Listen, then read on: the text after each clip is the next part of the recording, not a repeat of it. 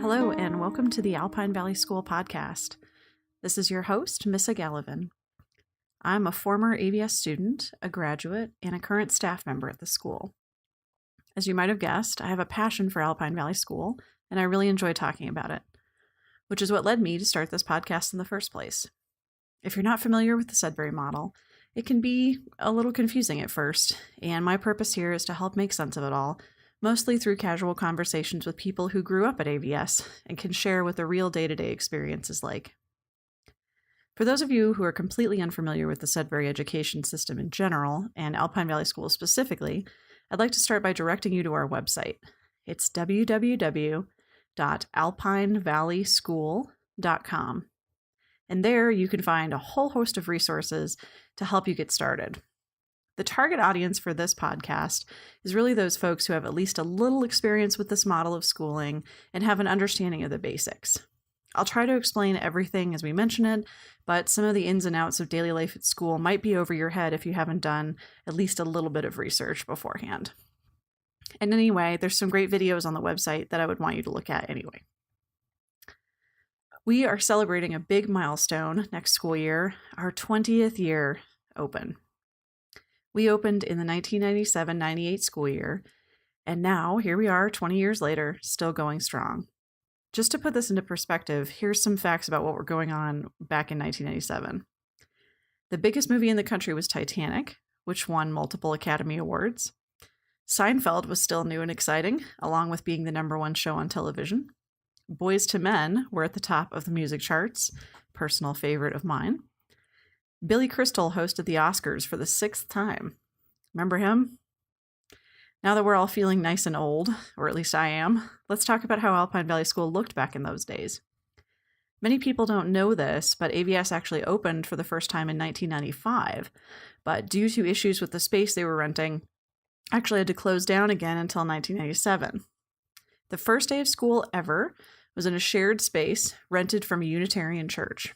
We had just a few rooms and the use of a shared outdoor space, but none of the students seemed to notice or care.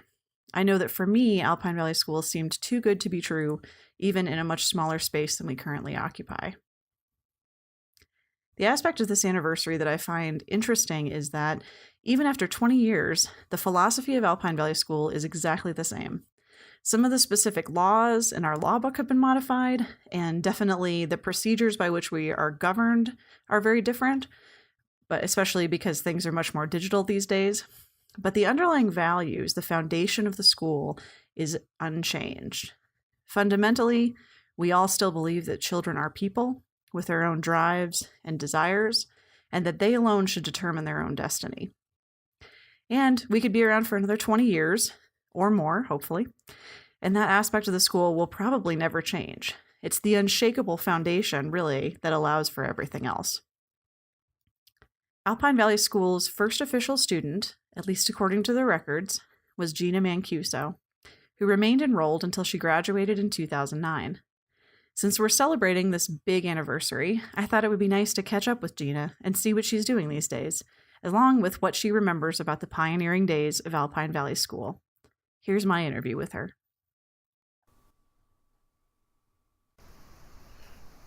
Hi, Gina. Hi, Missa.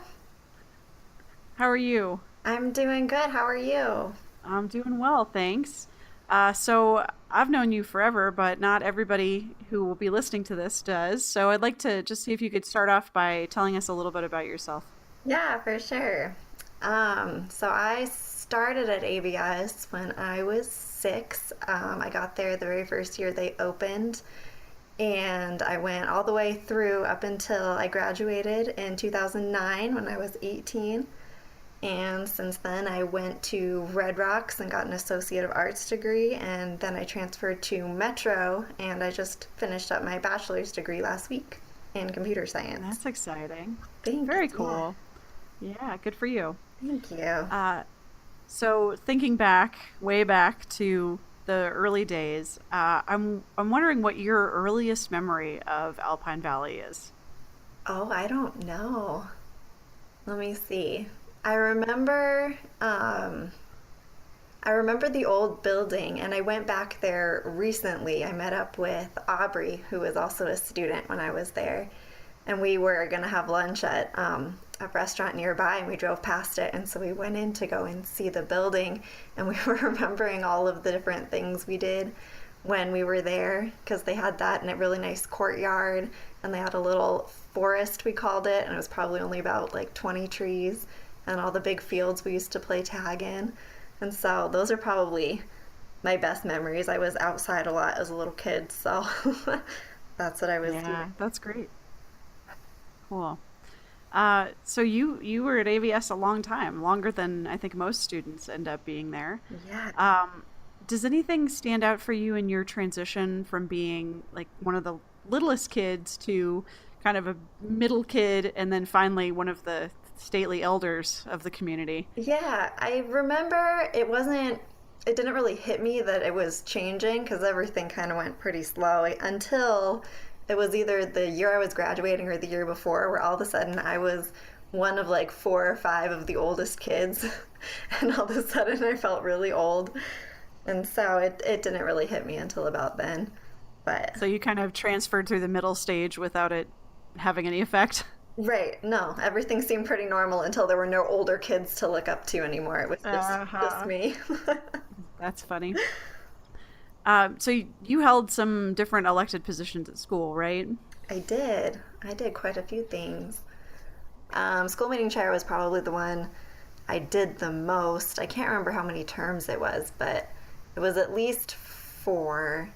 I also remember being the chair of the Aesthetics and Use Committee for a long time. And I was also on the Travel Corporation that I started with, I think it was like three or four other girls.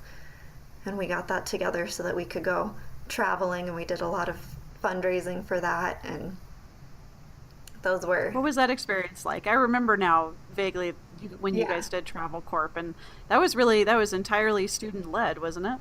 it was. Yeah, we had Larry on with us, mostly so that he could write checks for when we went to Sam's Club to buy our food that we could sell.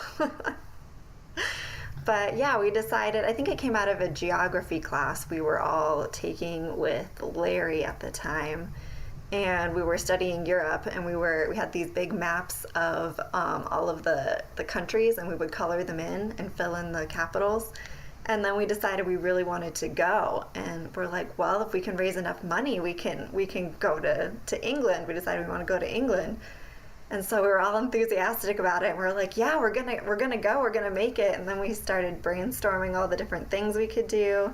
And I can't remember how it came up that becoming a corporation would be the best way of organizing that, because then we'd be able to buy and sell things through the school, and we'd be able to keep track of all of our money, and be able to have merchandise to sell and that kind of thing. Right. So we went through school meeting and got that approved, and I think we started out with selling snacks, and I remember we would get together and take people's orders for lunch, and then we would go get them lunch. That was most of what our fundraising was. Wow, Yeah, that's so good. You guys had a, didn't you have a big event at one point? I seem we to did. We had a remember. couple.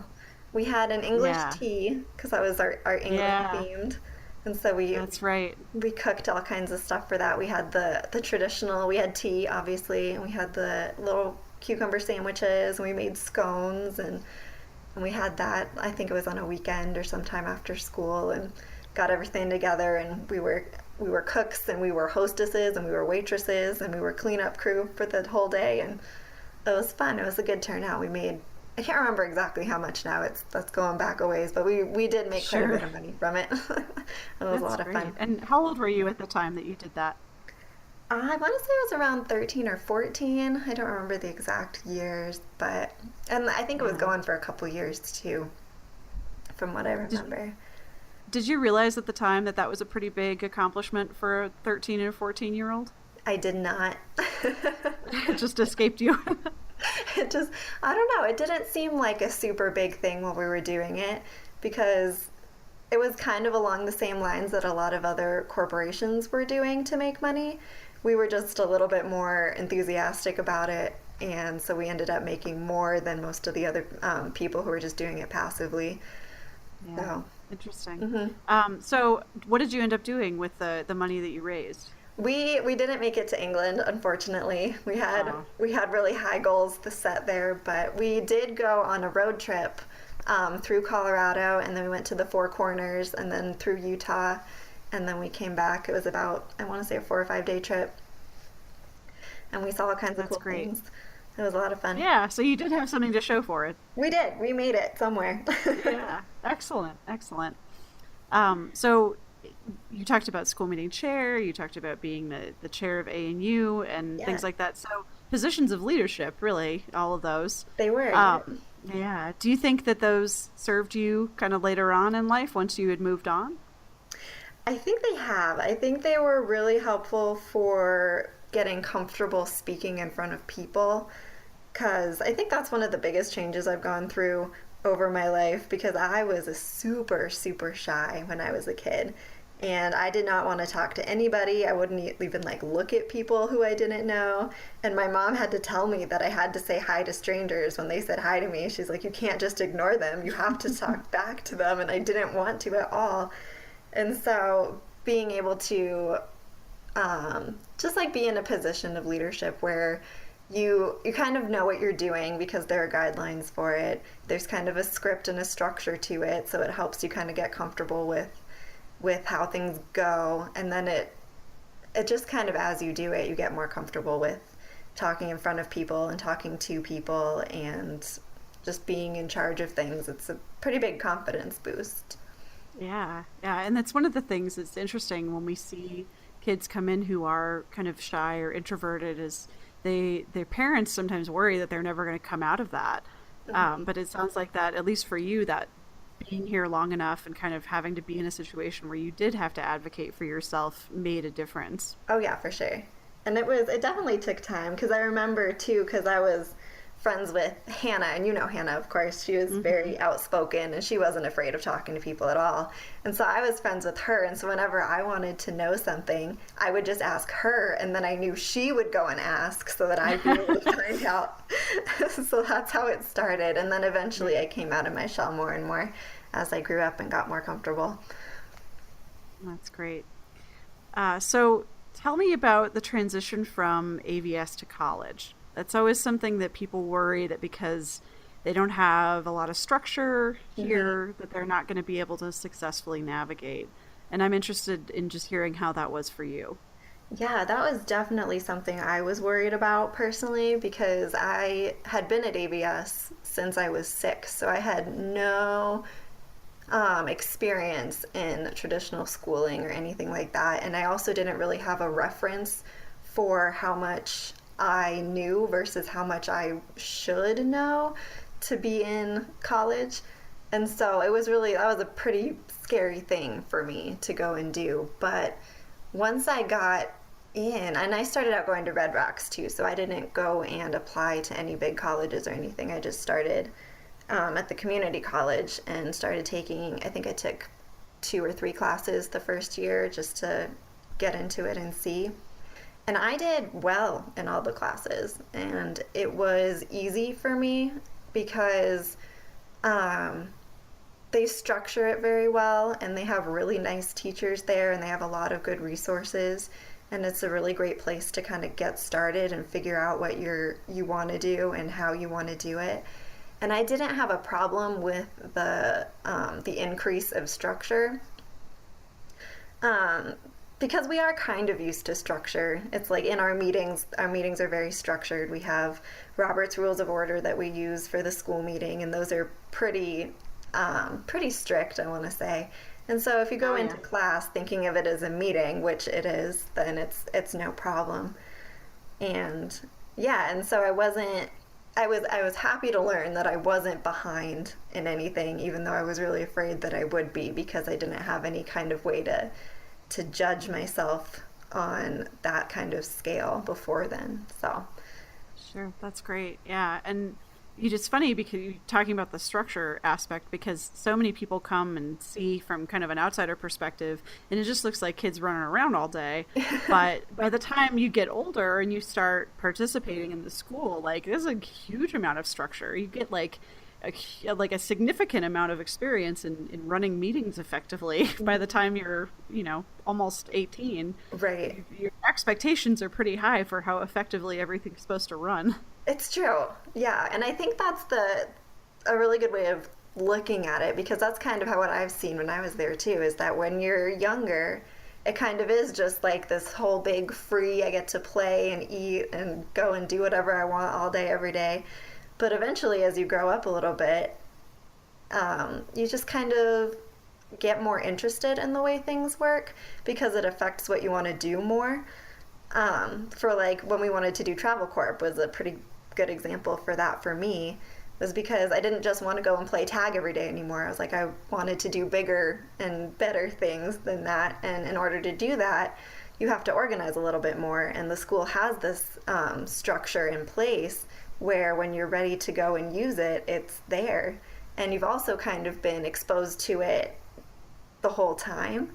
And so it's not like it's a completely new foreign thing. It's just something that you haven't started yet. But once you start, it's not foreign, and it's not hard to step into.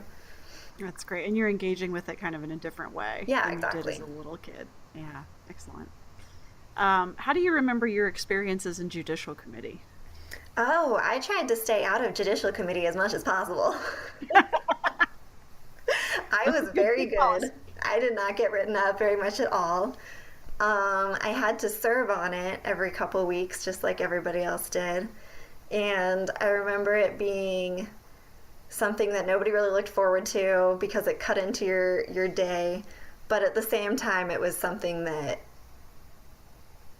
I don't know, I feel like you're almost proud to be on it in a way, even if kids don't want to admit it, because you are in charge and you are in a position of authority at that point, and it is up to you to decide what happened in specific cases and what to do from there. And that's another kind of confidence boost, I guess, from that aspect. Just Sure, yeah, and it trust. kind of happens without even noticing it, right? Yeah, exactly. It's looking back on it now. At the time, it was just like I didn't really want to do it, and I understood it was important, but I avoided it as much as possible. Sure, yes, it's a pretty common feeling about it, I Yeah, think. yeah, it's important, but we don't want to do it. Right, yes. Um, when you talk about the school with other people, do you have a favorite story you like to tell, or a funny story? You know, I don't know. I have so many stories from over the years. I think it's just whatever comes to mind for the specific situation when I'm talking to somebody. Sure. Um, I can't think of any specific examples when I've talked about it recently. Yeah. Well, just in general, do you have a story that you would like to share with us? Just one that's kind of usually I just ask about funny stories because those are the best, but it doesn't have to be funny. Let me see. Well, I talked about Travel Corp. Um, this is digging deep, Miss. So this was 8 years I ago know. when I I graduated. know. Trust me. I was even longer for me. Right. I do remember one time I got written up, and Oh. it wasn't even really that bad, but it was me and two of my friends, and we were just in this like really silly loopy mood, and we were all trying to sit on this one chair, and it was not working very well, but we were determined to all sit in it together, and we ended up breaking the chair. Oh no. And so we Wow. had to go to JC, and we were all like super worried. We're like, we just like broke school property. We are in huge trouble. And then we went to JC and we're like, yeah, we did it. We're sorry. We weren't thinking. And then our sentence ended up being throw the chair away. And Oh really? Wow, that's it, huh? 'Cause it was, I think it was getting old anyway, and I think also not being written up very much helped my case a little bit. And so it didn't really end up being as bad as we thought it was going to be. But yeah, it was like, throw away the thing that you broke. You're fine. And move Funny. along. And So, all that stress, and that was what you ended up having to do. yeah, exactly. That's funny. Have you kept in touch with other kids that you went to school with? Oh, yeah. I feel like they're still my best friends. Let's see, my best friend Hannah, she moved to Michigan and she's living there now. She's living with her boyfriend, and we try and have a phone call every week.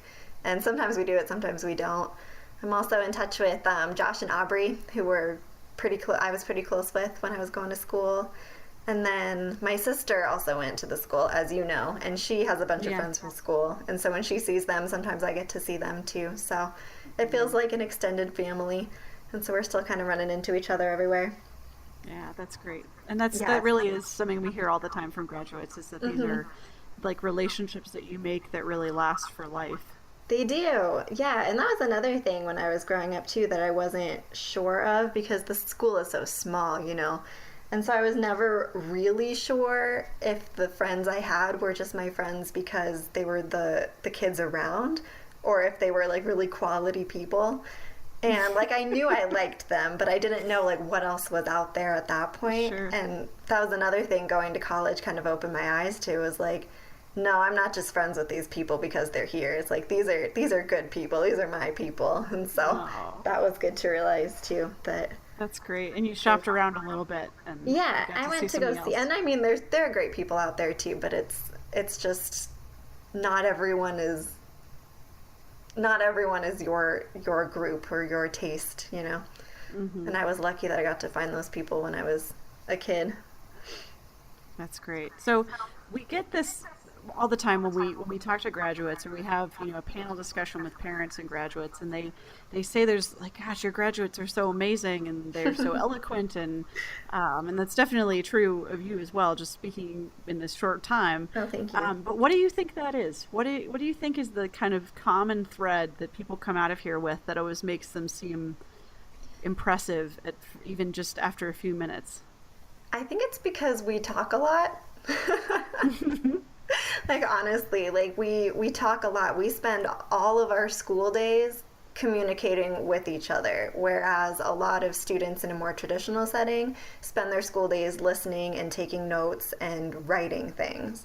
And so we get really good at communicating our thoughts and our opinions, and we end up having a lot of discussions and arguments about things. A lot of those things are completely trivial and sometimes imaginary, but it's a really good practice for developing your thoughts and opinions, and then being able to convey them in a respectful way, and also be able to take what other people are saying and understand their critiques and their points of view too. And we just do that all the time. That's just an everyday thing, and an everyday thing for like however long I was there, let's see, 12 years, it becomes natural. That's a great point. Yeah, so I think that's like talking a lot helps for It does. sure.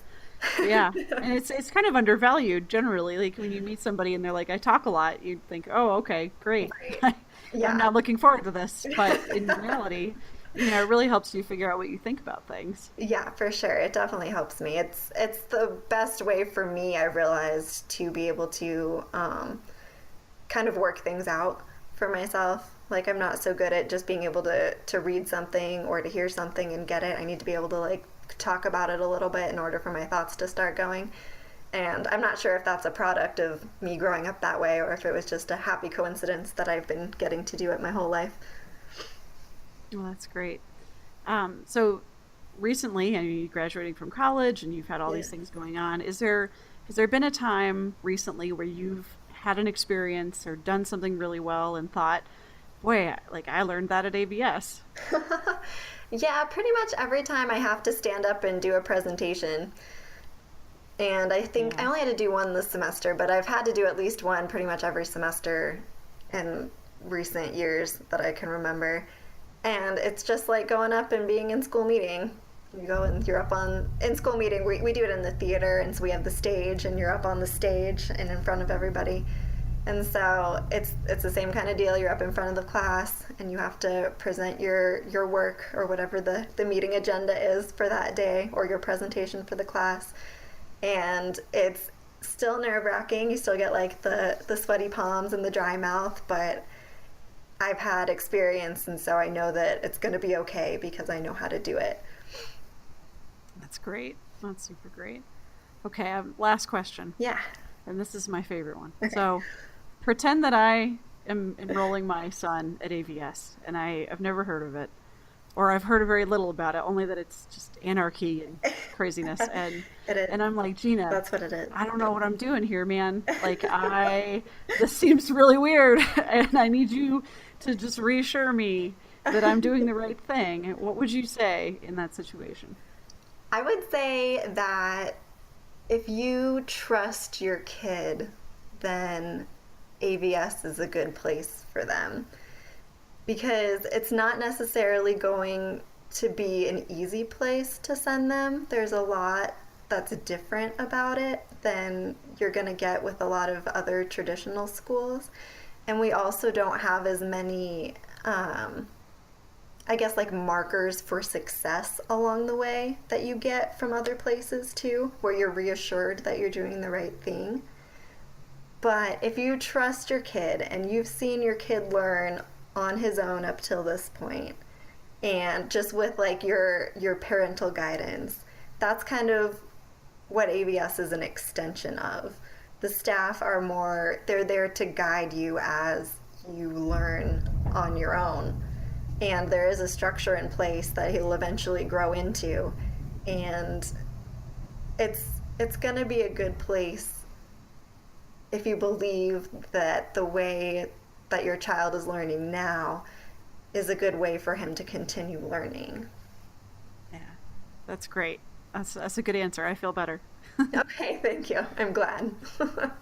Well, Gina, thank you so much for taking time to Yeah. speak with me and share your perspective as student number one. And now you've graduated and gone on to other things. I hope we can catch up again sometime soon and hear what's going on with you again. Yeah, that would be great. Thanks for having me. Yeah, thanks again. Thanks again to Gina for agreeing to come on the show. One of the aspects of this podcast that I think you'll really find interesting is how well spoken our students and graduates are. Of course, you notice that Gina is very eloquent and clear, but despite being extraordinary in many other ways, she shares the skill with many of our other graduates. And as I asked her, why do you think that's the case? And her answer, I think, is great, which is we talk a lot. You get a lot of practice. And I really do think that's true. When I've been asked that same question by people in the community, that is usually the answer I give. For me personally, I think speaking well came from doing so in formal situations. I was never the kind of kid who would have raised my hand or said something controversial before I enrolled in AVS. And after I became a student, I was doing so on a weekly basis. It didn't matter that I was 14 and in many cases did not know what I was talking about. I got to practice using my voice over and over again, and it became more natural for me to do so over time. And I think that's usually what happens. Even with the kids that start out pretty quiet and introverted, like Gina said that she was, even by the time they graduate, those kids can be just as opinionated as everybody else. This may, as you imagine, sound like kind of a curse to unsuspecting parents who enroll their child and now suddenly they have a little opinionated dictator at home. And in the short term, that is sometimes true. It's stretching those muscles, it's learning how to use your voice, and part of learning is doing it wrong. What we find is usually over time things mellow out and students start directing their intensity and their energy towards more useful ends. But you don't have to take my word for it. I have a whole bunch of wonderful guests lined up on the show who are prepared to tell you their own stories and talk about the growth that they've experienced at Alpine Valley School. If you want to make sure that you don't miss an episode, make sure to subscribe to our podcast on your favorite app.